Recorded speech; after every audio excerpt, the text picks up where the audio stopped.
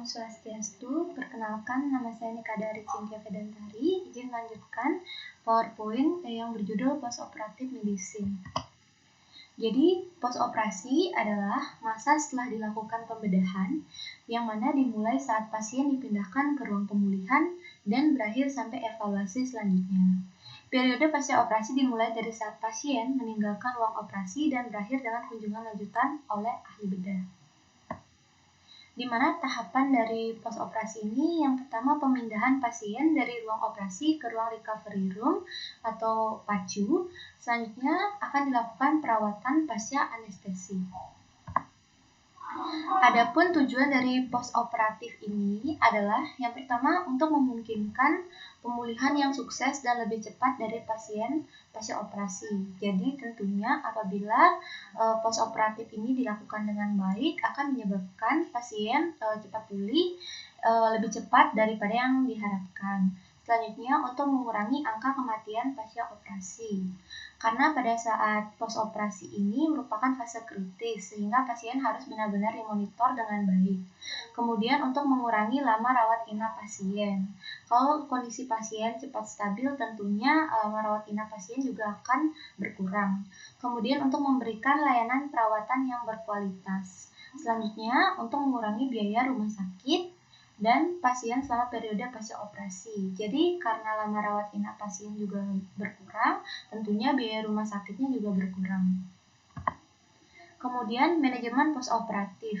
Jadi tanggung jawab ahli anestesi berlanjut sampai tanda-tanda vital normal telah ditetapkan dan kondisi pasien tampak stabil. Jadi ahli anestesi berperan sampai tanda vital pasien pasca operasi itu normal dan juga kondisi pasiennya stabil. Selanjutnya, unit perawatan pasca anestesi atau post anesthesia care unit atau PACU dirancang untuk merawat pasien yang baru pulih dari efek fisiologis akut dari anestesi dan pembedahan. Jadi ada suatu ruangan pemulihan yang dinamakan PACU atau post anesthesia care unit. Pasien dipindahkan dari kamar operasi ke ruang pemulihan atau recovery room atau RR atau PACU. Biasanya di RR ditempatkan dokter anestesi yang paling senior atau chief resident. Karena beberapa hal bisa terjadi pada saat postoperatif di ruang pemulihan. Jadi postoperatif ini merupakan fase yang sangat penting sehingga dibutuhkan dokter anestesi yang senior dan juga peralatan yang memadai. Selanjutnya saya akan menjelaskan tentang PACU.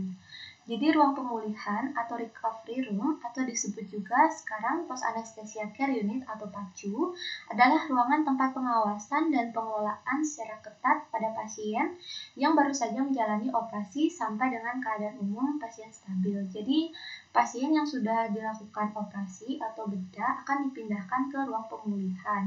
Jadi di sana pasien akan diawasi dan dikelola secara ketat agar pasien bisa pulang atau bisa dikembalikan ke tanda vital yang normal. Kemudian pasien yang masih dalam anestesi atau pulih dari anestesi ditempatkan di unit untuk diamati oleh ahli anestesi dan ahli bedah yang sangat terampil, seperti yang tadi saya sudah jelaskan. Kemudian apa saja yang perlu diperhatikan di PACU? Jadi, letak ruangan pemulihan yang ideal adalah berdekatan dengan ruang operasi dan mudah dijangkau oleh dokter ahli anestesi atau ahli bedah sehingga mudah dikembalikan ke ruang operasi bila diperlukan, serta mudah dijangkau bagian radiologi atau ruangan harus cukup dan dilengkapi dengan lampu cadangan bila sewaktu-waktu terjadi pemadaman aliran listrik. Kemudian PACU harus terbuka sepanjang hari dan pengamatan secara intensif yang dilakukan di dalamnya. Hal ini dapat diartikan karena pada masa transisi tersebut, kesadaran penderita belum pulih secara sempurna, sehingga kecenderungan terjadinya sumbatan jalan napas lebih besar, dan ditambah lagi refleks perlindungan seperti refleks batuk, muntah, maupun menelan belum kembali normal. Kemungkinan terjadi aspirasi yang sangat dirasakan, di mana pengaruh obat anestesi dan trauma pasca operasi masih belum hilang, dan masih mengancam status respirasi dan kardiovaskular penderita.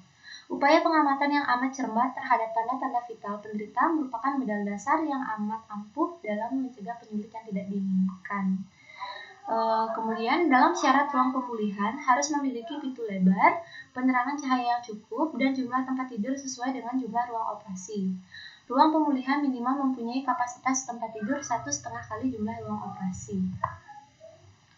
Selanjutnya, untuk memberikan perawatan sampai pasien pulih dari efek anestesi, diperlukan monitoring yang sangat baik, seperti monitoring tanda vital, seperti tekanan darah, nadi, regularitas nadi, kedalaman, dan sifat respirasi.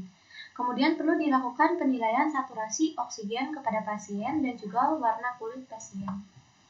Selanjutnya, diperiksa tingkat kesadaran dan kemampuan untuk menanggapi perintah dari pasien. Kemudian mempertahankan input dan output cairan. Kemudian lindungi jalan napas. Kemudian mempertahankan stabilitas intravena dan posisi shock. Baik, yang pertama, memeriksa tingkat kesadaran dan kemampuan pasien untuk menanggapi perintah. Jadi, pemanjangan pemulihan kesadaran merupakan salah satu penyulit yang sering dihadapi di ruang pemulihan atau PACU. Banyak faktor penyulit yang sering dihadapi di ruang pulih. Banyak faktor yang terlibat dalam penyulit ini. Apabila hal ini terjadi, diusahakan agar tetap memantau tanda vital yang lain dan mempertahankan fungsinya agar tetap adekuat. Tingkat pasien untuk menanggapi perintah juga harus diperiksa di sini. Selanjutnya, mempertahankan input dan output cairan. Jadi harus diperhatikan untuk mengetahui input dan output cairan. Cairan harus balance untuk mencegah komplikasi lanjutan seperti dehidrasi akibat perdarahan atau justru kelebihan cairan yang mengakibatkan beban bagi jantung dan juga mungkin terkait dengan fungsi eliminasi pasien. Jadi input cairan dan output cairan harus tetap dijaga. Input cairan bisa diberikan infus intravena atau bisa diberikan transfusi darah apabila diperlukan, dan juga output cairan, output urin harus dikontrol apakah normal atau oliguria atau kelebihan. Kemudian lindungi jalan napas. Pasien yang tidak sadar sangat mudah untuk mengalami sumbatan jalan napas akibat dari jatuhnya lidah ke hipofaring, timbunan air liur atau sekret, bekuan darah, gigi yang lepas, dan isi lambung akibat muntah atau regurgitasi. Jadi sumbatan bisa terjadi pada daerah yang pertama supralaring atau di atas laring. Jadi lidah jatuh ke hipofaring bisa disebabkan karena lidah jatuh ke hipofaring, air liur, bekuan darah, dan isi lambung akibat muntah atau regurgitasi. Kemudian sumbatan di laring bisa terjadi karena benda asing, kemudian spasme, edema, dan kelumpuhan pita suara. Selanjutnya infralaring atau di bawah laring bisa disebabkan karena tracheomalacia, aspirasi benda asing, dan spasme bronkus. Kemudian apabila terjadi sumbatan jalan nafas bisa dilakukan penanggulangan seperti triple airway maneuver, head tilt, chin lift, dan juga jaw thrust. Kemudian posisi miring stabil. Kemudian bisa dilakukan sapuan pada rongga mulut apabila terdapat bedak asing maupun suction apabila terdapat regurgitasi pada pasien. Selanjutnya harus dipertahankan stabilitas intravena. Pada saat post-operasi, shock hipovolemik dapat dihindari dengan pemberian cairan intravena, darah dan produk darah serta obat dengan tepat waktu. Penggantian cairan baik koloid dan kristaloid. Kemudian jaga agar pasien tetap hangat, bisa dijaga pasien tetap hangat dengan menggunakan selimut dan juga lampu pemanas. Kemudian harus dipantau asupan dan keseimbangan keluaran, input dan output dari cairan. Kemudian pantau tanda-tanda vital terus-menerus dengan kondisi pasien. Selanjutnya, apabila pasien mengalami syok, bisa dilakukan posisi syok. Jadi posisi syok itu adalah pasien terlentang, kemudian kaki diangkat pada 20 derajat, plus lutut tetap lurus. Kemudian dapat dilakukan manajemen yang lainnya. Kemudian di PACU itu harus ada peralatan standar yang harus ada di sana. Contohnya adalah oksigen supply, kemudian oksigen face mask dengan berbagai ukuran, kemudian tentunya stetoskop, kemudian resusitasi bag atau ambu dan napleson, kemudian anestesi face mask, kemudian oral airways, kemudian nasal airways, kemudian suction, kemudian jarum, siring, gauze pads, kemudian alat pengecek analisis gas darah, kemudian pulse oximeter, EKG monitor, dan beserta tensimeter dan cuff. Monitor pulse oximetry atau SpO2, elektrokardiogram atau EKG, dan pengukur tekanan darah otomatis non-invasif atau NIBP sangat diperlukan tetapi tidak wajib. Walaupun begitu, ketiga monitor tersebut harus segera tersedia untuk setiap pasien. Dari beberapa monitor tersebut, hanya SpO2 dan RIBP yang harus ada untuk setiap pasien pada fase awal pemulihan dari anestesia, perawatan fase 1. EKG hanya digunakan untuk memonitor pasien dengan masalah jantung atau menunjukkan kelainan EKG selama periode intraoperatif. Kemudian kapnografi berguna untuk pasien dengan intubasi. Pengukuran suhu dengan menggunakan strip temperatur biasanya tidak akurat untuk memantau hipoterm maupun hiperterm. Termometer elektronik maupun air raksa harus digunakan jika curiga terdapat kelainan suhu. Peralatan penghangat udara, lampu penghangat, dan selimut penghangat ataupun pendingin juga harus tersedia. Pacu juga harus mempunyai peralatan emergensi dasar sendiri yang terpisah dari ruang operasi. Di antaranya adalah kanula oksigen, sungkup muka, pipa oro atau nasofaring, laringoskop, pipa endotrakeal, LMA, laryngeal mask airway, dan balon mengembang sendiri atau BVM untuk ventilasi. Kemudian kateter untuk kanulasi vaskular, vena, arteri, vena sentral, dan arteri pulmoner wajib ada. Kemudian kateter pacing transvena dan sebuah generator. Kemudian peralatan defibrilasi dengan kapasitas pacing transcutaneus. Kemudian troli emergensi lengkap dengan obat dan peralatan untuk bantuan hidup tingkat lanjut dan pompa infus. Kemudian tracheostomi, chest tube, baki untuk kateter vaskuler. Kemudian peralatan untuk terapi pernafasan, bronkodilator aerosol, CPAP, dan ventilator yang terletak dekat dengan ruang pemulihan. Bronkoskopi bagus jika ada, tetapi tidak wajib ada. Kemudian di pacu juga seperti yang saya bilang tadi, pasien harus dilakukan pemantauan dan dikontrol secara rutin. Adapun rekomendasi pemantauan di pacu yang rutin adalah harus dicek respirasinya, seperti laju nafas, potensi jalan nafas, kemudian saturasi oksigen. Kemudian kardiovaskuler harus dicek laju nadi, kemudian tekanan darahnya.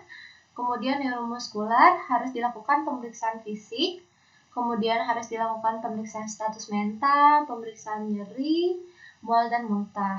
Kemudian yang opsional tergantung dari kondisi pasien. Bisa dilakukan pemantauan dengan menggunakan elektrokardiogram atau EKG, kemudian blokade neuromuskular, kemudian suhu, kemudian urin output, drain dan pendarahan.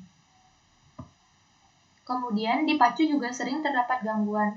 Adapun gangguan-gangguan yang sering ditemui di pacu adalah obstruksi jalan napas atas, arterial hipoksemia, hipoventilasi, hipotensi atau hipertensi, disritmia, oliguria, kemudian perdarahan, penurunan suhu tubuh, delirium, lambat sadar, mual dan muntah, dan nyeri. Kemudian terdapat risiko pasca anestesi. Jadi risiko pasca anestesi dapat dibedakan berdasarkan masalah-masalah yang akan dijumpai pasca anestesi. Dapat dikelompokkan menjadi 3 kelompok.